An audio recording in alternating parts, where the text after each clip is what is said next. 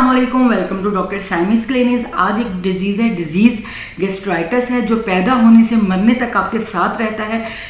Gastritis की क्या क्या सिम्टम्स हैं, इसको किस किस मेडिसिन में, इसके अंदर कौन सी मेडिसिन यूज़ की जा सकती है, इसके रीजंस क्या हैं, ये तमाम हम देखेंगे आज के वीडियो में। चलें तो वीडियो को स्टार्ट करते हैं। बिस्मिल्लाहिर्रहमानिर्रहीम। अगर आप मेरे वीडियो पे नए हैं, मेरे चैनल पे नए हैं, तो आपको पता है आपको क्या करना है। इसको सब्सक्राइब करना है, इसको लाइक करना है, इसको शेयर करना है और इसको सेव करके रखना है, ताकि आपको आपकी फैमिली के अंदर किसी को भी गैस्ट्राइटिस है तो वो गैस्ट्राइटिस खत्म हो जाए। चलें जी स्टार्ट करते हैं। सबसे पहले हम देखते हैं कि व्हाट इज गैस्ट्राइटिस। गैस्ट्राइटिस जो है वो आपके स्टमक के अंदर, स्टमक की लेयर के अंदर होने वाली इन्फ्लामेशन है। आपके स्टमक की लेयर्स के अंदर ऐसी इन्फ्लामेशन पैदा हो जाती है जो बहुत ज़्यादा डिजीज़ में कन्वर्ट होकर आपको बहुत ज़्यादा कॉम्प्लिकेटेड सूरत हाल से आगाही उससे देखना पड़ता है, बहुत मुश्किल हालात को आपको देखना पड़ता है। तो गैस्ट्राइटिस स्टमक अब गैस्ट्राइटिस को समझने के लिए सबसे पहले हम देखेंगे डाइजेस्टिव सिस्टम। अब डाइजेस्टिव सिस्टम में आप देखेंगे सबसे पहले जब आप कुछ भी चीज़ खाते हो तो उसका सबसे पहले जो असर स्टार्ट होता है वो आपकी बकल कैविटी से होता है। बकल कैविटी से आपके दांत जो हैं वो पहला जो रोल है वो प्ले करते हैं आपके डाइजेस्टिव सिस्टम में। आपके दांत आपकी फूड को छोटा छोटा पार्टिकल्स में उसको ट्रांसफ़र करते हैं। उसके बाद उसके अंदर स्लाइवा मिलता है। स्लाइवा उसके अंदर आपको पता है कि स्लाइवा के अंदर एंटी इंफ्लामेटरी प्रॉपर्टीज़ पाई जाती हैं। वो स्लाइवा आपके एसोफेगस यानी कि आपके खुराक की नाली से होता हुआ आपके स्टमक में चला जाता है। स्टमक क्या होता है, एक बैलून की तरह खाली एरिया होता है जहाँ पे खाना जाके पहले तो थोड़ी देर रेस्ट करता है, उसके बाद वो डाइजेस्ट होना शुरू हो जाता है। अब स्टमक के भी 2 से 3 पार्ट्स हैं, उनमें पहले ड्यूडिनम, जीजिनम, इलियम। स्टमक में खाना बैठा रहता है, उसके बाद उसके अंदर स्टमक के अंदर कुछ ग्लैंड्स होते हैं जो वहाँ पर कुछ जूसेस प्रोड्यूस करते हैं। वो जो जूसेस हैं वो डाइजेस्टिव सिस्टम में डाइट को डाइजेस्ट करने में मदद करते हैं। डाइजेस्ट होती है डाइट, उसके बाद उसकी जो वाइटामिन है वो ब्लड में शामिल हो जाता है। रफिश जो है वो नेक्स्ट आगे आ जाता है, फर्स्ट पार्ट से स्टमक के सेकंड पार्ट से थर्ड पार्ट पे। उसके बाद वो स्मॉल इंटेस्टाइन्स में आता है, वहाँ पर भी कुछ जूसेस शामिल होते हैं, कुछ ग्लैंड्स होते हैं, कुछ डाइजेशन का सिलसिला चलता है तो उसके जो वाइटामिन हैं वो ब्लड में शामिल हो जाते हैं और जो उसका रफीज है वो आ जाता है स्मॉल इंटेस्टाइन में। स्मॉल इंटेस्टाइन से लार्ज इंटेस्टाइन में, लार्ज इंटेस्टाइन से रेक्टम में, और रेक्टम से रफीज जो है वो बाहर डिस्चार्ज हो जाता है और जो आपके वाइटामिन्स हैं वो आपके ब्लड में शामिल होकर आपके खाने को बहुत ज़्यादा आपको एनर्जी देते हैं ताकि आप सारे दिन के काम आराम से कर सकें। अब उसके बाद हमने ये देख लिया कि ये डाइजेस्टिव सिस्टम था, ये कैसे था, ये क्या था। और उसके बाद देखते हैं कि हम डाइजेस्टिव सिस्टम में जब आपके स्टमक के ऊपर बार बार होता है बैक्टीरिया का हमला, उस बैक्टीरिया जो है वो आपका जो है गैस्ट्राइटिस पैदा करता है। स्टमक की लेयर के अंदर कहीं पर भी इन्फ्लामेशन बना देता है। वो इन्फ्लामेशन मुख्तलिफ किस्म की जो है वो सिम्टम्स देती है आपको। अब सबसे पहले देख लेते हैं कि जब आपको गैस्ट्राइटिस होता है इसके रीजंस क्या हैं।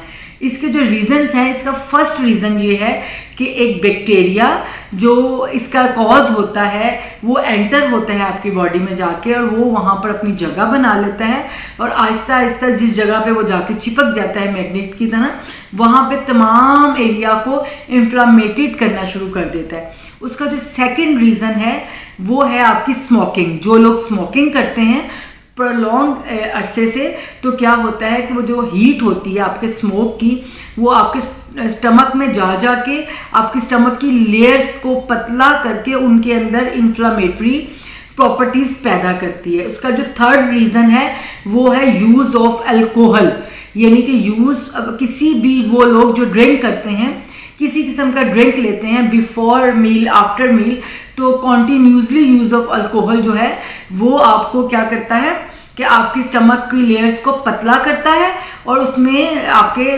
बना देता है गैस्ट्राइटिस।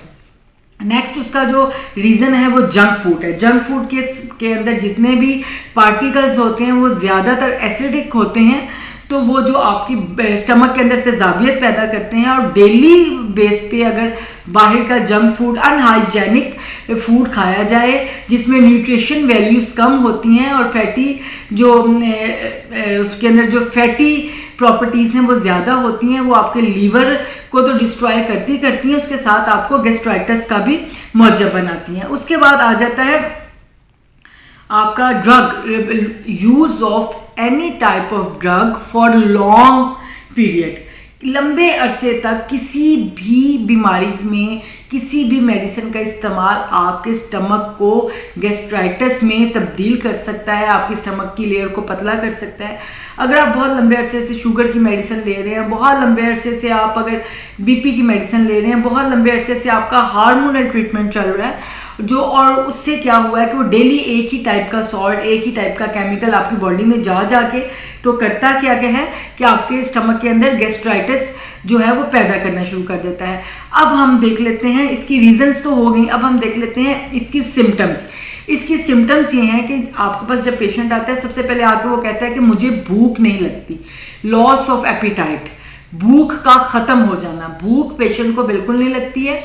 पेशेंट वो कहता है जी मुझे भूख नहीं लगती है। दूसरी इसकी सिम्टम ये है कि कॉलिक पेन, पेशेंट को बहुत लंबे अरसे से कॉलिक पेन हो रहा हो, बहुत लंबे अरसे से पेट में दर्द हो, बाज़ दफ़ा एक्यूट कंडीशन में जब नया वायरस अंदर जाके आपको गैस्ट्राइटिस करता है तो पेन इस कदर ज़्यादा होती है कि पेशेंट अपने आप को ज़ब्त नहीं कर पा रहा होता है, इवन कि वो पानी भी पीता है देन भी उसको पेन बहुत ज़्यादा होती है।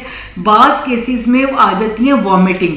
वॉमिटिंग में क्या होता है कि जैसे ही पेशेंट कुछ खा लेता है, ज़बरदस्ती खाता है, क्योंकि उसको एपिटाइट तो होती नहीं, भूख तो उसको होती नहीं, डिज़ायर तो उसको होती नहीं, ज़बरदस्ती खाना खाता है तो वो बहुत जल्द वॉमिट कर जाता है। और बाज़ दफ़ा वॉमिट आने के बाद भी बेहतरी फील हो जाती है और बाज़ दफ़ा बेहतरी फील नहीं होती है।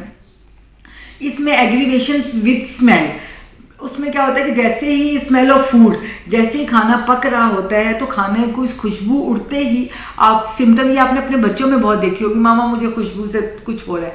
ये सिम्टम प्रेगनेंसी में भी देखने को मिलती है कि खाना खाने से ही क्या होता है कि बहुत खाना खाने की जो स्मेल है उसके कुक होने से आपको वॉमिटिंग होने लगती है, नोजिया होने लगता है, नोजिया कन्वर्ट होता है वॉमिटिंग में। या बाज़ दफ़ा बहुत सारे केसेस में पेशेंट आपको ये भी आके बताएंगे कि जिस तरह मैं खाने को देखता हूँ, देखते ही मुझे नौजिया होता है, खाने को दिल नहीं चाहता, अगर मैं ज़बरदस्ती खा लूँ तो फिर मुझे वॉमिटिंग हो जाती है। तो ये तमाम सिम्टम्स उसके अंदर पेशेंट जिस तरह ही खाना खा लेता है तो उसको फारा हो जाता है, उसका पेट जो है वो बहुत ज़्यादा फूल जाता है और उसको बाज़ दफ़ा उठ के बैठना पड़ता है, नींद में गैस की वजह से उसको चलना पड़ता है, नींद में गैस की वजह से बाज़ दफ़ा पेशेंट उठ के बैठता है। पेशेंट कहता है कि मेरा ना जब मैं सोया था तो मेरी हार्ट बीट बहुत ज़्यादा हो गई, मेरे दिल में बहुत घबराहट हुई और मैं उठ के बैठ गया। उसकी वजह गैस, प्रेशर ऑफ गैस ही होता है, गैस्ट्राइटिस ही होता है कि पेशेंट ने सोने से थोड़ी देर पहले खाना खाया होता है, उसने प्रॉपर उसको अपनी जगह पे उसकी वॉक नहीं की होती तो वो सो जाता है, जिससे बहुत ज़्यादा गैसेस पैदा होती हैं जो उसके दिल पे भी प्रेशर डालती हैं। उस दिल पे प्रेशर की वजह से उसको ऐसे सिम्टम्स आते हैं जैसे उसको अंजाइना होने लगे। ठीक है, तो ये सारी उसमें सिम्टम्स हैं। बाज़ दफ़ा पेशेंट को वॉमिटिंग नहीं होती, दिल ख़राब नहीं होता, लेकिन जैसे ही वो खाने को देखते हैं तो उसको खट्टा पानी मुंह में आने लगता है, उसको अजीब से इरिक्शंस होने लगते हैं, उसको डिस्चार्ज ऑफ गैस होने लगता है। तो ये तमाम तकरीबन सिम्टम्स उसकी हैं। तो अब हम देख लेते हैं कि इसको आपको मैनेज कैसे करना है। सबसे पहले हम देखते हैं कि इसको आम लाइफस्टाइल में आपको मैनेज कैसे करना है। फर्स्ट ऑफ ऑल आपको you have to change your lifestyle. आपको अपनी ज़िंदगी में न्यूट्रिशन वैल्यूज़ को अहमियत देना शुरू करें। जो भी खाना हो अपने लिए डेली बेस पे कुक करें। पुराना पड़ा हुआ बासी खाना मत खाएं, बचा हुआ खाना मत खाएं, उसको रख के मत खाएं।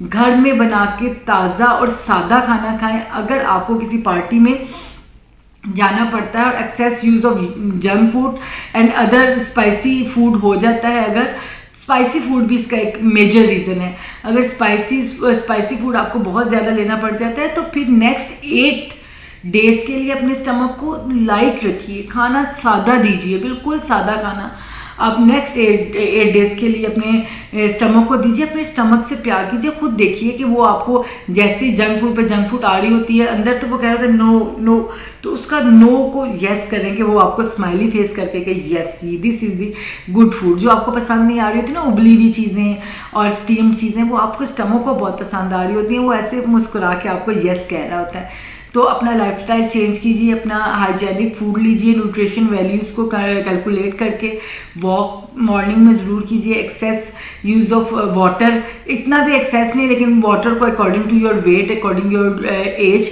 ज़रूर यूज़ कीजिए। अपनी ज़िंदगी में फ्रेश चीज़ों को लेके आइए, नेगेटिविटी अपनी अंदर मत पैदा होने दीजिए, वो कॉज होती है एंजाइटी की, ठीक है। तो एंजाइटी आपको बहुत ज़्यादा होने लगेगी, इसके लिए नेगेटिव थॉट्स अपने अंदर पैदा मत होने दीजिए।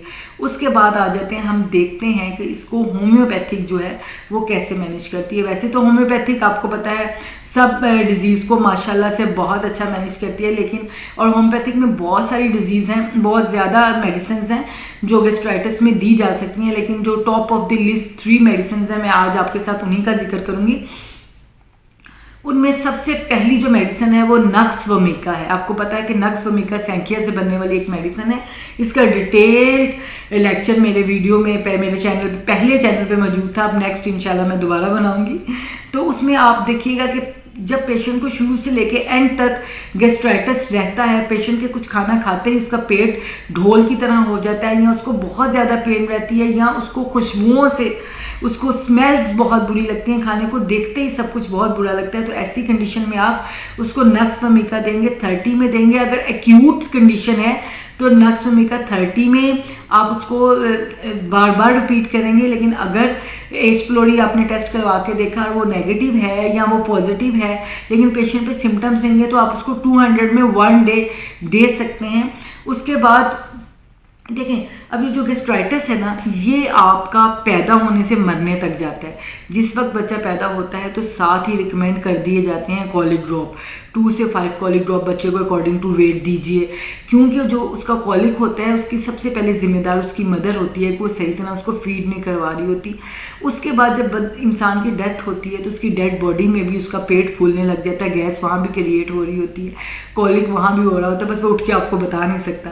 तो पैदा होने से गोद से गोर तक कॉलिक, गोड से गोड तक गैस्ट्राइटिस आपके साथ रहता है। तो इसको अपने साथ से अलहदा कीजिए, अपनी ज़िंदगी को सेफ और हेल्दी कीजिए, हेल्दी चीज़ें खा के, अच्छा लाइफस्टाइल रख के।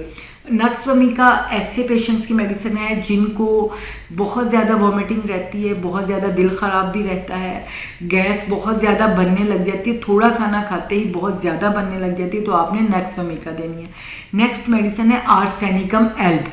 आर्सेनिकम एल्ब का पेशेंट जो है ना बहुत वहमी सा होता है, उसकी नेचर में बहुत वहम होता है, वो किसी का पानी, किसी की जगह, किसी की चीज़ें शेयर नहीं करता, बंद कमरों में उसको डर लगता है। ऐसा पेशेंट जिसको गैस बहुत ज़्यादा हुई और वो रात को उस गैस की वजह से उसको रेस्पिरेशन उसकी ख़राब होने लगी, उसको उठ के बैठना पड़ता है अपनी गैस को करने के लिए ख़त्म, और वो उठ के बैठता है तो उसके सांस में बेहतरी आती है, लेटता है तो उसको गैस्ट्रिक बहुत हो जाती है, और उसको बाज़ दफ़ा गैस की वजह से उठ के चलना भी पड़े और स्टमक में खाना खाने के बाद बर्निंग रहे, और वो बर्निंग बड़े लंबे अरसे तक रहे। तो ऐसी बर्निंग के लिए भी आर्सेनिकम एल्ब जो है वो बहुत अच्छा काम करती है। आर्सेनिकम एल्ब को भी आप 30 पोटेंसी में देंगे और बहुत पर लॉन्ग नहीं देंगे। कोई भी मेडिसिन में आपको बहुत पर लॉन्ग यूज़ करने का लिए नहीं कहती हूँ। तो आपने आर्सेनिकम एल्ब को 30 में देना है, लेकिन रेयर केसेस में ऐसा है कि कभी कभी आपको हो जाता है या बहुत अरसे से है, क्रॉनिक कंडीशन में है, तो आप उसको 200 में भी यूज़ करवा सकते हैं। अब हमारे पास जो हमारी थर्ड मेडिसिन है वो ऑक्जेलिकम है। ऑक्जेलिकम को का भी पेशेंट में बहुत ज़्यादा जलन रहती है, वो उससे उल्टी होती है, तो उल्टी होने के थोड़ी देर बाद तो उसको बेहतर फील होता है, लेकिन थोड़ी देर गुजरने के बाद उसको दोबारा वॉमिटिंग वाला आने लग जाता है, उसको पेन बहुत ज़्यादा रहती है और काफ़ी अरसे से रह रही होती है। तो ऐसी कंडीशन में आप ऑक्जेलिकम को भी 30 में देंगे, सुबह दोपहर शाम देंगे, और इन 3 मेडिसिन को जिनका एच प्लोरी पॉजिटिव आ जाता है उसको नेगेटिव करने में ये तीनों मेडिसिन बहुत हेल्प करती हैं। उसके बाद उनका दोबारा टेस्ट करवाइए, एच प्लोरी नेगेटिव आ गया, स्टॉप कर दीजिए। अगर स्टिल पॉजिटिव है उसकी क्वांटिटेटिव करवाइए, अगर वो थोड़ा कम हो गया तो मेडिसिन को यूज़ करें, अदरवाइज उसकी माइंड सिम्टम के हिसाब से आप मेडिसिन को चेंज कर दें। आई होप कि ये इन्फॉर्मेशन आपके लिए बहुत अच्छी होगी। अगर अच्छी है तो जल्दी जल्दी सबको शेयर कर दीजिए। मुझे दुआ में बहुत याद रखिए। इंशाल्लाह कल मिलते हैं बहुत जल्द बहुत ही न्यू मेडिसिन के साथ। तब तक के लिए अल्लाह हाफिज़।